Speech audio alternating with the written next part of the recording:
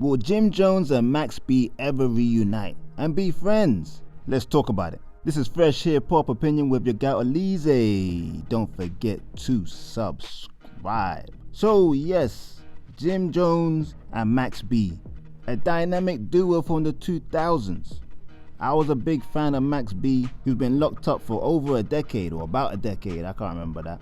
But he's due to be released on November 9th after a long stay away. But will Jim Jones and Max B ever reunite to make music again? Maino was asking the question on their new podcast with Fabulous, Dave East, Maino and Jim Jones. And as you can imagine, Jimmy wasn't very optimistic about letting things slide, having a hug, and being all kumbaya. Check out the clip. I ain't talking about you. Talking about coexisting? I'm talking about you do what you do, and I do what I do. How about this? Why the fuck? I don't give a about what nobody do. I don't care about none of that. I'm just doing me anyway. There you go. Yo, you worry about what you worry about that. All I'm talking about is actively pursuing an issue. I'm not actively pursuing nothing but this money. Now we talking. Now I would be a silly fool to be like I'm actively pursuing anything but what I got going on. You heard? Period. But besides what that, I'm talking about. I'm heavy on the petty rally, petty tender grass. You heard? Yeah, fam. I'm sure you all guessed it. Jim Jones wasn't really on making up with Max B. He doesn't want to be cool with Max. But at the same time, he's like, you can go coexist over there and I'll do my thing over here. Way over here. But the funny part was when Jimmy was saying how petty he is. Petty pendergrass and all that. That was quite funny. But what did Maino expect? He knows Jim Jones. He knows that guy doesn't take no nonsense. But I believe because they were speaking about Young Thug and YFN recently deading his beef, that anyone can. And in that beef, a lot of people from both sides lost their lives. But to be fair, Jim Jones and Max B, they got a bit personal. I definitely remember Max B speaking about Jim Jones' wife quite a lot. But let's get into the background of Jim Jones and Max B's early relationship. In the mid-2000s, Max B was affiliated with Jimmy Jones in the Bird Gang Collective. Max alleges that during that period, he was doing a lot of songwriting, hooks, melodies, and just contributing to Jim Jones' projects. But he claims he was given very little compensation. He basically wanted his money. The money wasn't looking right. For instance, Max B says that on live shows, when Jim Jones would get, say, 10 to 15,000 per show, he would end up getting a couple $100. And now that's not a good split.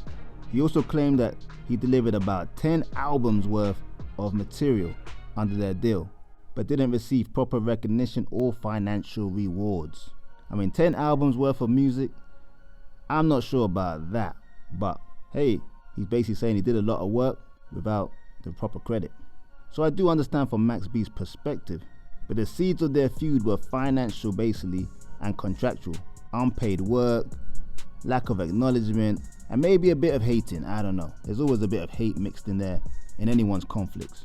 But around 2008, Max B distanced himself from Bird Gang and he began focusing on his own collective Gang Green and developing a closer working relationship with French Montana, who also had some tensions with Jimmy Jones. That's how it always happens, isn't it? You fall out with one person and then you align yourself with someone that they don't get along with, just to rub it in their face. But once Max B pulled away, the relationship turned really hostile. Like I said, they were throwing personal blows at each other, dissing in interviews, mixtapes, and street DVDs. One notable joint project during the feud was Coke Wave in 2009, a collaboration between Max B and French Montana, Jim Jones' best friend of course, which carried a lot of heat in the dispute. And when I say heat, I mean disses. And the dispute wasn't just verbal, it went legal over Max's music rights. Jim Jones' legal team reportedly blocked Max from releasing certain works via the new label Amalgam Digital. I remember that a lot back then. And in 2010, a judge ruled that Jones no longer had control over Max B's music, which allowed Max's album Vigilante Season to be officially released. And I ain't gonna lie, that music was fire. And it's a shame because Jim Jones had a cool sound back in the 2000s and Max B was just a star. Anyone could see that. Super talented on the hooks. So it's a shame they couldn't really rock together for longer. But like I said before, Max B's been locked up for a long time, and in recent years, he's publicly reflected on their feud and expressed desire to move past it. He's even described the conflict as just egos clashing and a lack of respect for each other.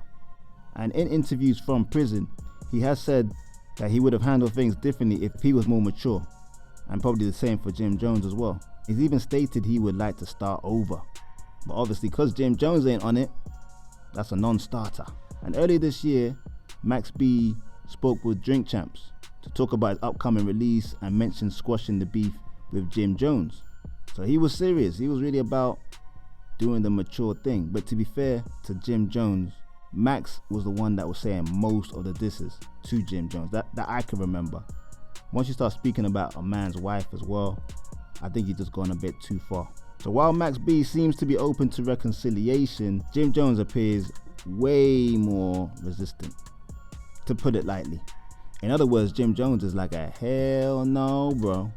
I'm not making peace with you. You can go about doing your business. I'm not gonna bother you. I'm not gonna look for any drama. I'm not gonna block you from the industry, get your money. But at the same time, we don't have to be hanging out like it's back in the day, like a school reunion. I am surprised though, Jim Jones is so resistant to being more open to reconciliation, because it has been about 15, 20 years. Everybody's a grown man, maybe a grandparent, gray hairs everywhere, and they make good music together. Let's not deny that. But at the same time, like I said before, the fact that Max B went in so hard on Jim Jones and mentioning his wife, that's the ones I remember.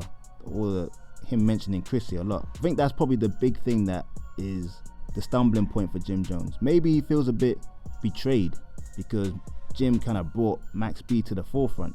He didn't make Max B into the talent he is, but definitely gave him the spotlight. I remember Max B saying Jim Jones was hating on him. Maybe there was a bit of jealousy from Jim, because Max B, you couldn't deny the talent and the star quality he had, whereas Jim Jones back then, he was very raw. He wasn't even the best kind of rapper back then. In my opinion, Max B was outshining him from the get-go. But where the actual beef kind of started, or the fallout really started from, could it be money? Most likely, from Max B's point of view. Maybe there was a bit of hating from Jim Jones as well, but definitely the disrespect from Max B to Jimmy, what looks like anyway, a beef that can't be settled just yet. Unless somebody gets that check, you know the money talks. Somebody cut a check big enough for Max B and Jim Jones to be on stage and do that song G's Up or something like that, one of their classics. I can see them doing it for Harlem. But that's just my opinion. I want to know yours. Let me know in the comments.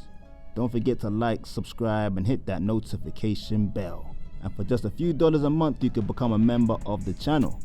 Exclusive content just for you. This is Fresh Hip Hop Opinion. Peace and love.